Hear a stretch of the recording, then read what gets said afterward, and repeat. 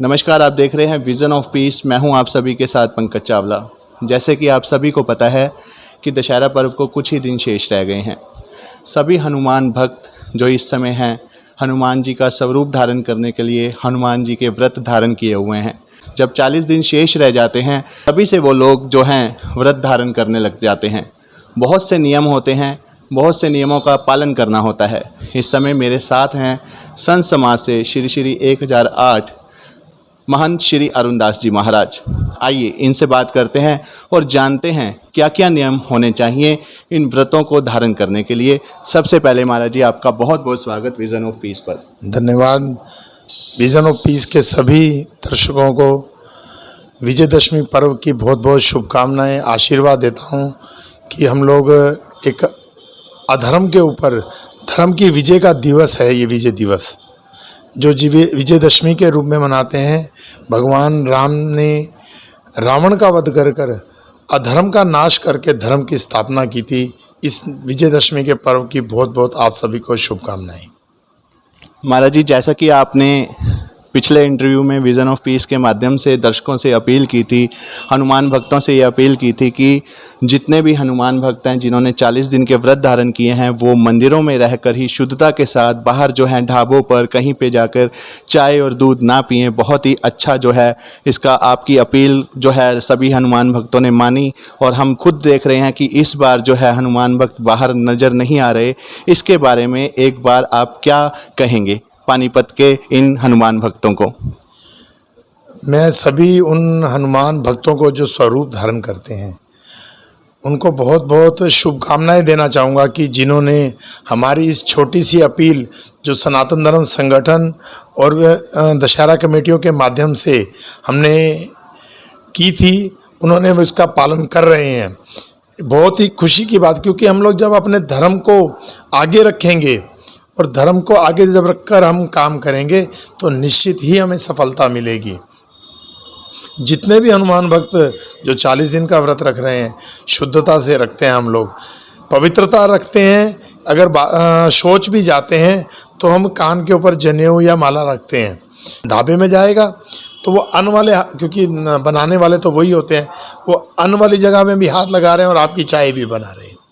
तो हमारी अपील इसीलिए थी कि वो हम लोग हमारे व्रत खंडित ना हों और हम लोग जिस कार्य के लिए अपना घर बार छोड़कर मंदिरों में बैठे हैं, एक साधना का समय हमने लिया है, हम उसको अच्छे से निभाएं और भगवान की कृपा को प्राप्त करें। हमारा मेन मुख्य उद्देश्य जो है वो यही था कि जो बच्चे व्रत रखें वो कुछ ना कुछ पाएं, अपितु ये ना हो कि जो पुराने कर्म हैं, जो सत्कर्म कर रखे हैं, उनको भी खो दें। क्योंकि जितने भी लोग व्रत रखेंगे, पूरा समाज जो हमारा हिंदू वैदिक समाज है वो सब उनके चरणों में गिरेगा, पाँव को हाथ लगाएगा, आशीर्वाद भी मांगेगा। जब वो आशीर्वाद मांगेगा तो आपको कुछ ना कुछ देना पड़ेगा। अगर हमारी झोली भरी होगी तभी तो हम बांट पाएंगे। हमारी अगर जेब में 10 रुपये होंगे तभी तो हम 10 रुपये खर्च कर पाएंगे। अगर होंगे ही नहीं तो क्या होगा? जब आपके पास कुछ नहीं होता, आप एक सीधा सा एग्जाम्पल है, हम एक टोल से गाड़ी निकाल रहे हैं, अगर हमारे उस कार्ड के अंदर पैसे नहीं है तो वो माइनस शो कर देता है। बिल्कुल। अगर हमारे पास पुण्य कर्म नहीं होंगे, सत्कर्म नहीं होंगे, हमारी झोली में कुछ नहीं होगा तो हम माइनस में चले जाएंगे। हम उस माइनस में ना जाकर प्लस की ओर जाएं, बढ़ें आगे और हम निरंतर जो भक्तों हमारे भक्त आएँ हम उनको आशीर्वाद भी दें। उसके लिए हमें सत्कर्म करना पड़ेगा, हमें भगवान का चिंतन करना पड़ेगा। जब हम चिंतन करेंगे तभी हम कुछ दे पाएंगे। जब हमारे पास देने को कुछ नहीं होगा तो हम पीछे की ओर हमारा हाथ खींचेगा। इसीलिए हमने एक निवेदन किया था कि आप शुद्धता में रहें और अच्छे से अपने व्रत को पूर्ण करें और हनुमान जी की खुशियों को प्राप्त करें, राम जी की खुशियों को प्राप्त करें। बिल्कुल, मैं आप सभी हनुमान भक्तों से यही कहना चाहूँगा, आज की इस वीडियो को ज़्यादा से ज़्यादा शेयर कीजिए क्योंकि आज की ये वीडियो भी बहुत खास होने वाली है।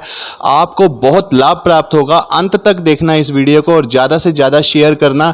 मेरा अगला प्रश्न यही रहेगा महाराज जी कि इन 40 दिनों में किन किन नियमों का और पालन करना चाहिए और शुद्धता से, ताकि हनुमान जी की कृपा, राम जी की कृपा सभी पर बनी रहे। जैसा कि अभी आपने कहा, और कौन कौन से नियम होते हैं वो भी हमारे दर्शकों को बताइए।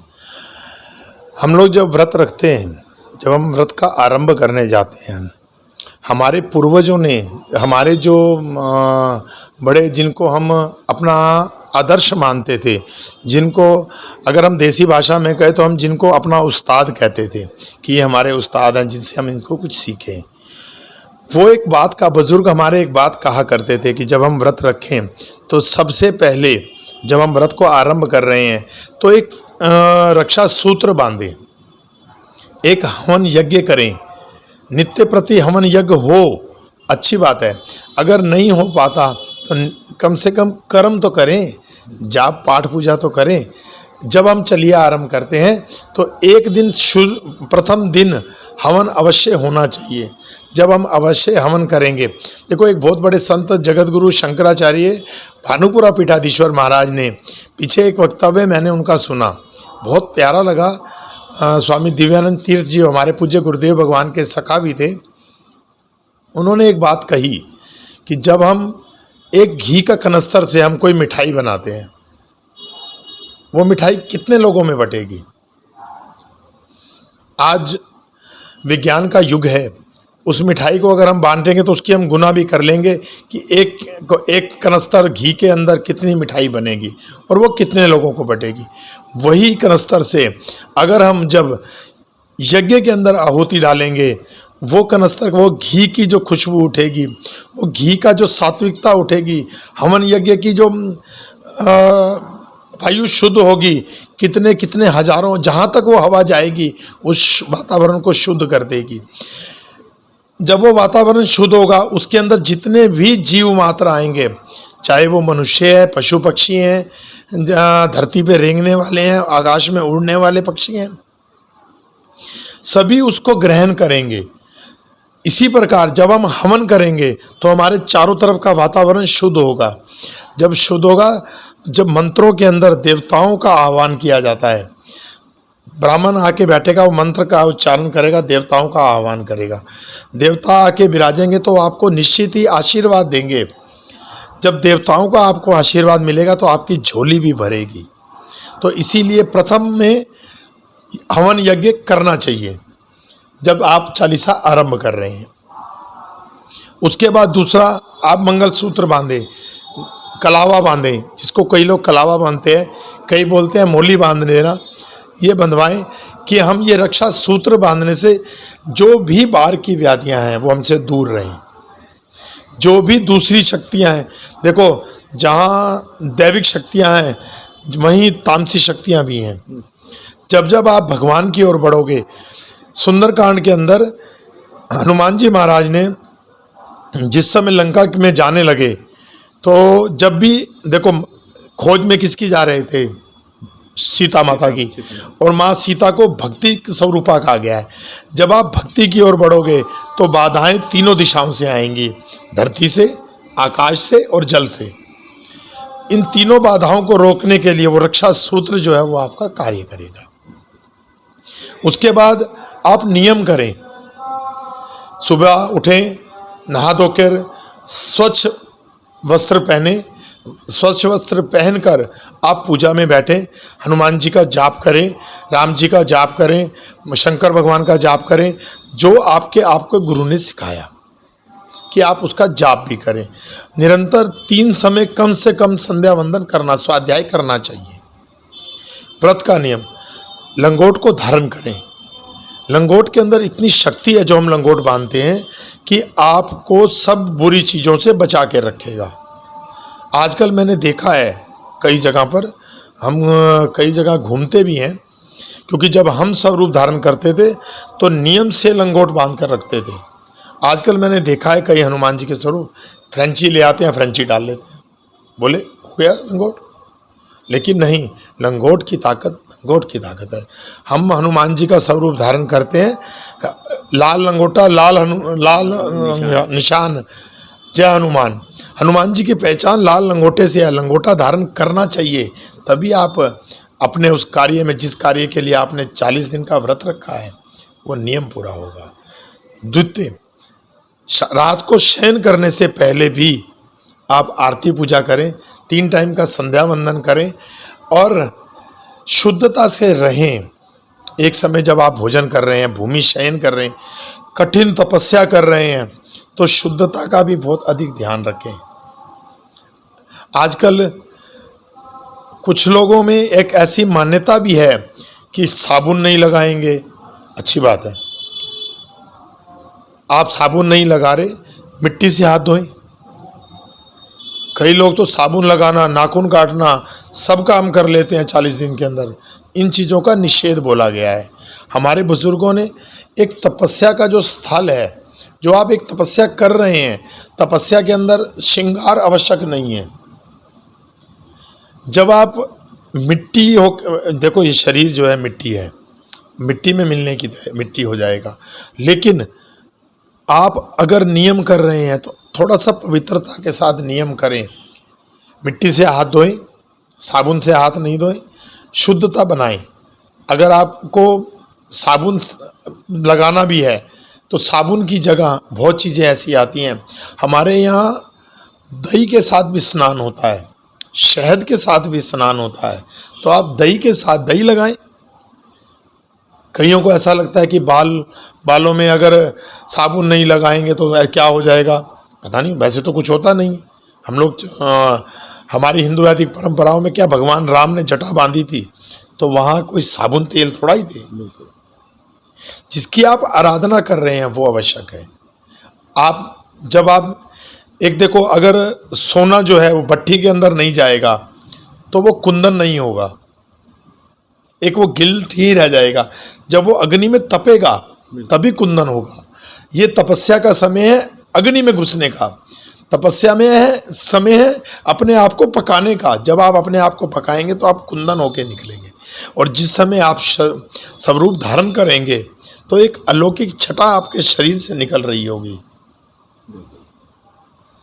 महाराज जी, बिल्कुल आपने सही कहा। वहीं आजकल आप देख रहे हैं बहुत छोटे छोटे बच्चे हैं, सभा के साथ निकलते हैं, बहुत अच्छा लगता है देख करके।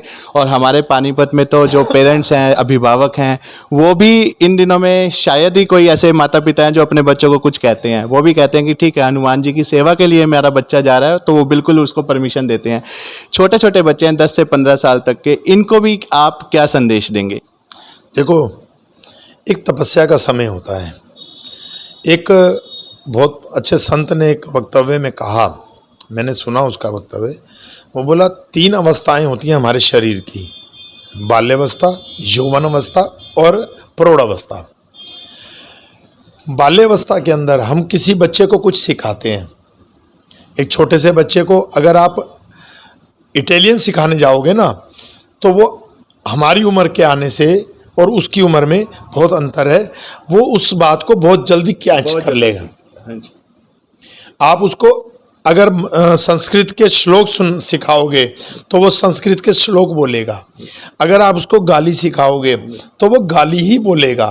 और अगर आप उसको कहोगे हनुमान जी, राम जी को साथ जय जय करनी है, देखो बच्चों को जय जय करोगे ना तो बच्चे बहुत खुश होते हैं। और अगर आप उसको धर्म के साथ जोड़ोगे तो निश्चित ही वो आगे संस्कारित होकर एक नव निर्माण, समाज का निर्माण करेगा। अब आप देखो, अगर हम पुरातन में चले जाएं, सतयुग में चले जाएं, त्रेता में चले जाएं, द्वापर, जब भगवान राम गुरु वशिष्ठ के घर गए तो क्या आयु थी?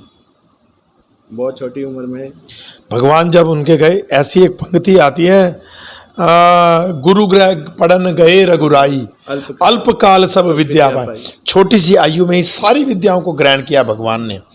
रामचरितमानस हमें सिखाती है। रामचरितमानस के अंदर एक एक दोहे के अंदर, एक एक पंक्ति के अंदर जीवन कैसे जीना चाहिए ये आता है। अब छोटे बच्चे व्रत रख रहे हैं, ध्रुव की क्या आयु थी, भक्त प्रहलाद की क्या आयु थी? ये तो सतयुग और त्रेता में हो गए। कलयुग के अंदर वीर हकीकत राय की क्या आयु थी? 10-12 वर्ष की आयु थी जब वीर हकीकत राय शहीद हुए, अपने धर्म के लिए शहीद हो गए। ध्रुव ने तपस्या की है, उनकी आयु भी तो छोटी सी थी। अगर आज हम उनसे प्रेरणा लेके इन बच्चों को कुछ कहेंगे, बच्चों को कहना, बच्चों को अच्छा कार्य कर रहे हैं उनको सिखाएं। ठीक है, बच्चों को सिखाने में थोड़े से नियम की कठिनाई आती है, बच्चों को नियम बताएं, बेटा ये काम ऐसे करेंगे तो और अच्छा होगा।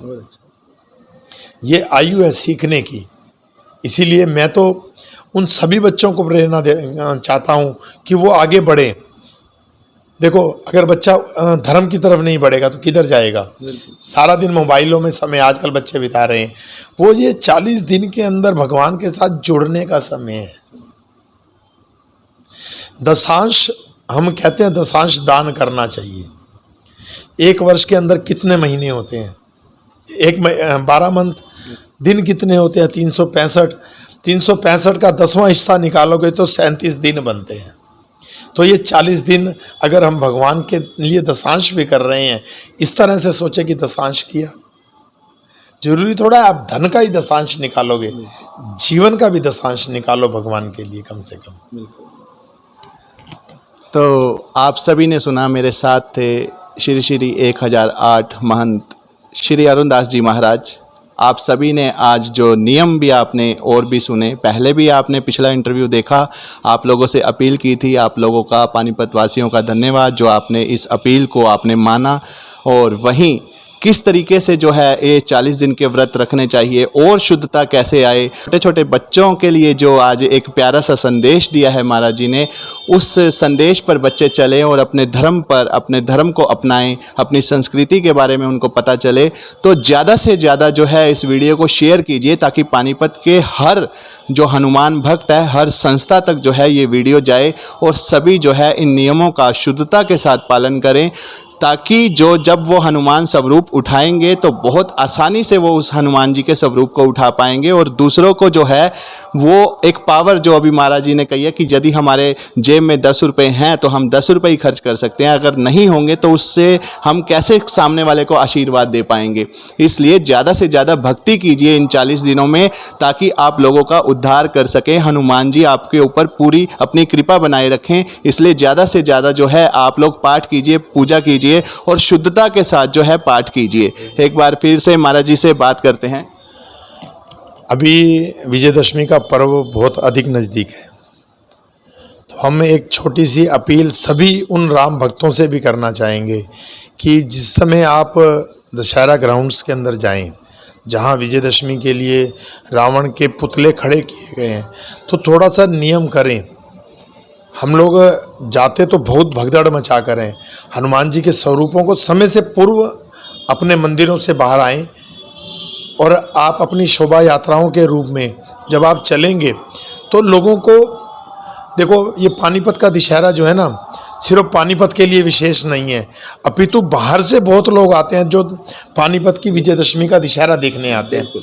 दशहरा सब शहरों में, सब गाँव में होता है, लेकिन पानीपत का एक दशहरा जो है वो विशेष है। लोग यहाँ दूर दूर से आते हैं। मैंने तो ऐसा भी देखा है, दिल्ली से, यूपी के कई शहरों से, जो यहाँ से 300-300 किलोमीटर की दूरी पर हैं, वो लोग यहाँ पर विजयदशमी का दशहरा देखने आते हैं।